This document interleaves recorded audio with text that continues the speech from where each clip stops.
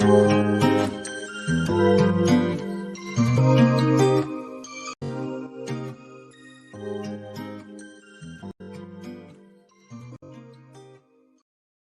Friends, नमस्कार। आज मैं फिर आपके सामने एक नया वीडियो लेकर उपस्थित हूँ, जिसका शीर्षक है चंद्र बिंदु और अनुस्वार का प्रयोग हम कहाँ करें, कैसे करें, क्या नियम है इसके, हम सही प्रयोग किस आधार पर कर सकते हैं। ये सारी चीजें हम आज के वीडियो में सीखेंगे, जानेंगे। तो चलिए आज हम शुरू करते हैं ये टॉपिक हमारा है बिंदु और चंद्र बिंदु कहाँ लगते हैं। अक्सर ये बहुत ज्यादा डाउट होता है कि कहाँ पर हम चंद्र बिंदु लगाएं, कहाँ पर हम अनुस्वार लगाएं। कोई भी विद्यार्थी, कोई बच्चा अगर पूछ रहा है तो उसको भी बताने में बहुत दुविधा होती है अगर चीजें क्लियर नहीं है। तो उस आधार पर भी यह वीडियो आपके लिए बहुत ही उपयोगी हो सकता है। पहले समझते हैं कि बिंदु क्या है, ये अनुस्वार क्या है। देखिए, कोई भी अक्षर जब हम लिखते हैं, कोई भी शब्द हम लिख रहे हैं, तो उस पे हम इस तरह से एक लाइन खींच दे देते हैं और क्या बना देते हैं, उस पर एक पॉइंट लगा देते हैं। इस तरह से लाइन बना के एक पॉइंट लग जाता है। तो ये जो पॉइंट लगा हुआ है, ये जो बिंदु है, इसको हम अनुस्वार कहते हैं। ठीक है। तो जैसे यहाँ पे कुछ शब्द लिखे हैं, कोई भी शब्द हो सकता है, उसके ऊपर जो एक बिंदु लगाया जाता है उसे हम क्या कहेंगे, अनुस्वार। जैसा कि यहाँ पे एक बिंदु लगा हुआ है और इसे हम क्या कहेंगे, अनुस्वार। अब इस आधार पर शब्द देखिए, गोंद लिखा हुआ है यहाँ पर। कभी कभी क्या होता है, अचानक से गलती हो जाती है, जल्दी में हम बिंदु लगाना भूल जाते हैं, तो अर्थ का अनर्थ हो जाता है, शब्दों का अर्थ भी अलग हो जाता है। तो ये चीजें ध्यान देने योग्य हैं।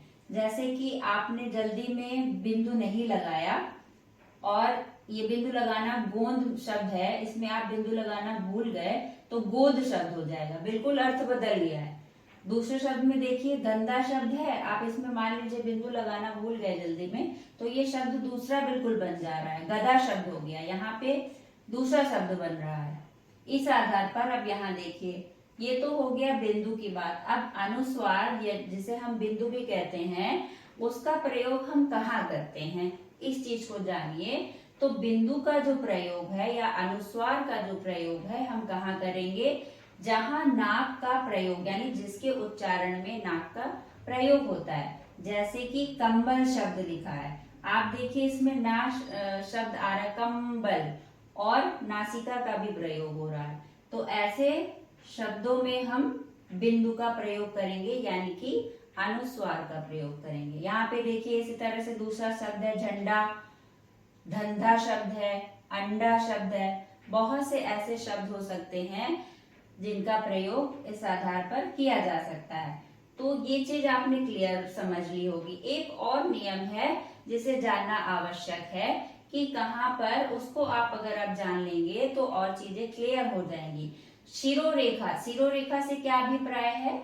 शिरोरेखा मतलब एक जो लाइन हम इस तरह से खींच देते हैं, कोई भी लाइन जैसे खींचते हैं अक्षर लिखने के लिए, हम यहाँ पे इस तरह से एक लाइन खींच दी जाती है, तो इसे हम क्या कहते हैं, शिरोरेखा कहते हैं।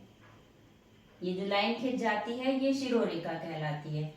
तो कोई भी शब्द जहां पर शिरोरेखा के ऊपर, यानी इस लाइन के ऊपर अगर कोई मात्रा लगी है, मान लीजिए ए की मात्रा है, ओ की मात्रा है, औ की मात्रा है, तो वहां पर हम चंद्र बिंदु नहीं लगाएंगे। वहां पर हम चंद्र बिंदु इस तरह से नहीं लगाते हैं, वहां पर इस तरह से हम चंद्र बिंदु नहीं लगाएंगे। और क्या लगाएंगे, वहां पर हम चंद्र बिंदु के स्थान पर अनुस्वार लगाएंगे, यानी केवल हम पॉइंट लगाएंगे। इस तरह से केवल एक पॉइंट हम बना देंगे, वहां पे चंद्र बिंदु नहीं लगेगी।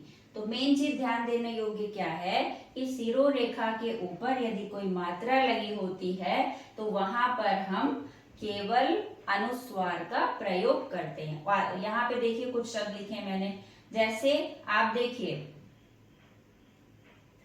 कोपल शब्द है। अब इसके ऊपर देखिए ओ की मात्रा लगी है, तो यहाँ पर केवल बिंदु लगाया गया, यहाँ पे चंद्र बिंदु नहीं लगाया गया है, यहाँ पे देखिए बिंदु लगा हुआ है। इसी तरह सेंध में देखिए बिंदु लगा हुआ है, गोंद शब्द है इसमें भी बिंदु लगा हुआ है, यहाँ पे चंद्र बिंदु का प्रयोग नहीं हो रहा है। तो ये चीज आपको क्लियर हो गई होगी कि अनुस्वार का प्रयोग हम कहाँ करेंगे। दूसरा पॉइंट आता है कि चंद्र बिंदु का प्रयोग हम कहाँ पे करेंगे, इसको देखिए।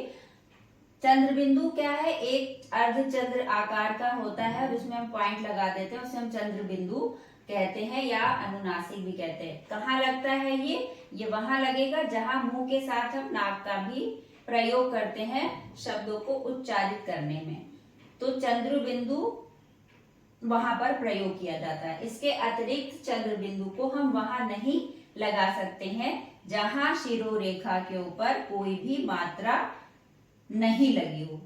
यहाँ पर इसको ध्यान देने योग्य बात है कि मात्रा शिरोरेखा के ऊपर ना लगी हो। यदि शिरोरेखा के ऊपर कोई मात्रा लगी है तो वहां पर हम अनुस्वार का प्रयोग करेंगे, और अगर शिरोरेखा के ऊपर कोई भी मात्रा नहीं लगी है तब हम वहां पर चंद्र बिंदु का प्रयोग करेंगे। जैसे आप देखिए यहाँ पे मांग शब्द है, कोई मात्रा नहीं लगी है इसमें, तो चंद्र बिंदु का प्रयोग हुआ है। हस शब्द होता है, हंस में देखिए कोई भी मात्रा नहीं ऊपर लगी है तो हंस शब्द बन गया। इसी तरह चांद शब्द है, पूंछ शब्द है। तो ये चीजें हैं जो कि चंद्र बिंदु कहाँ पर लगता है ये हमें बता रही हैं। इसके अलावा कुछ ऐसे शब्द हैं जहां पर देखिए कंबल जैसे लिखा हुआ है, तो कंबल हम लिख रहे हैं तो यहाँ पर बिंदु को हम आधा माह में प्रयोग करते हैं। यानी अगर हम इस रूप में लिखेंगे, कंबल में ऊपर बिंदु लगा देंगे, अनुस्वार लगा देंगे तो भी सही माना जाएगा, और अगर कंबल लिख देंगे, आधा माह लगा देंगे बिंदु की जगह पर तो भी ये सही माना जाएगा। दूसरा है चंबल शब्द है, तो चा के ऊपर अनुस्वार लगा है और फिर अगर ये भी सही माना जाएगा, और चंबल लिख रहे हैं तो आधा माह लगा के लिख रहे हैं तो वो भी सही माना जाएगा। इसी तरह गंदा शब्द है, तो यहाँ पर आप देखिए आधा ना लगा हुआ है। दूसरा धंधा शब्द है, यहाँ पे भी आधा ना लगा हुआ है। तो कहीं कहीं पर ऐसा होता है कि जो हमारे पंचाक्षर हैं वहां पर हम अलग अलग, कहीं पर ना का प्रयोग करते हैं, कहीं पर माँ का प्रयोग करते हैं, और हम कहीं पर इया का भी प्रयोग करते हैं। तो ये उस आधार पर अलग अलग चीजें होती हैं जिसको हम आपको नेक्स्ट वीडियो में बहुत ही विस्तार से बताएंगे। अभी आपने ये चीज क्लियर समझी होगी कि कहाँ पर हम अनुस्वार का प्रयोग करेंगे, बिंदु का प्रयोग करेंगे, और हम कहाँ पर क्या प्रयोग करेंगे, चंद्र बिंदु का प्रयोग करेंगे। जहां पर शिरोरेखा के ऊपर कोई मात्रा लगी होगी वहां पे अनुस्वार का प्रयोग करेंगे, यानी कि क्या करेंगे, अनुस्वार का प्रयोग करेंगे। जो ऊपर पॉइंट लग जाता है, एक बिंदु लग जाता है, जैसे यहाँ पे कोपल है, सेंध है, गोंद है, और जहां पर शिरोरेखा के ऊपर कोई मात्रा नहीं लगी होगी वहां पर हम क्या करेंगे, वहां पर हम चंद्र बिंदु का प्रयोग करेंगे। जैसे यहाँ पे कुछ शब्द मैंने दिए हैं, मांग, हंस, चांद, पूंछ इत्यादि। तो इन शब्दों में हम चंद्र बिंदु का प्रयोग करेंगे, यानी कि अनुस्वार और चंद्र बिंदु का प्रयोग हम कहाँ कहाँ पे करेंगे, इस वीडियो के माध्यम से आपको क्लियर हो गया होगा। आपकी सारी दुविधाएं समाप्त हो गई। निश्चय ही आपको इस वीडियो से काफी सहायता मिलेगी, काफी उपयोगी होगा यह वीडियो आपके लिए। नेक्स्ट वीडियो में फिर हम मिलेंगे, तब तक के लिए धन्यवाद।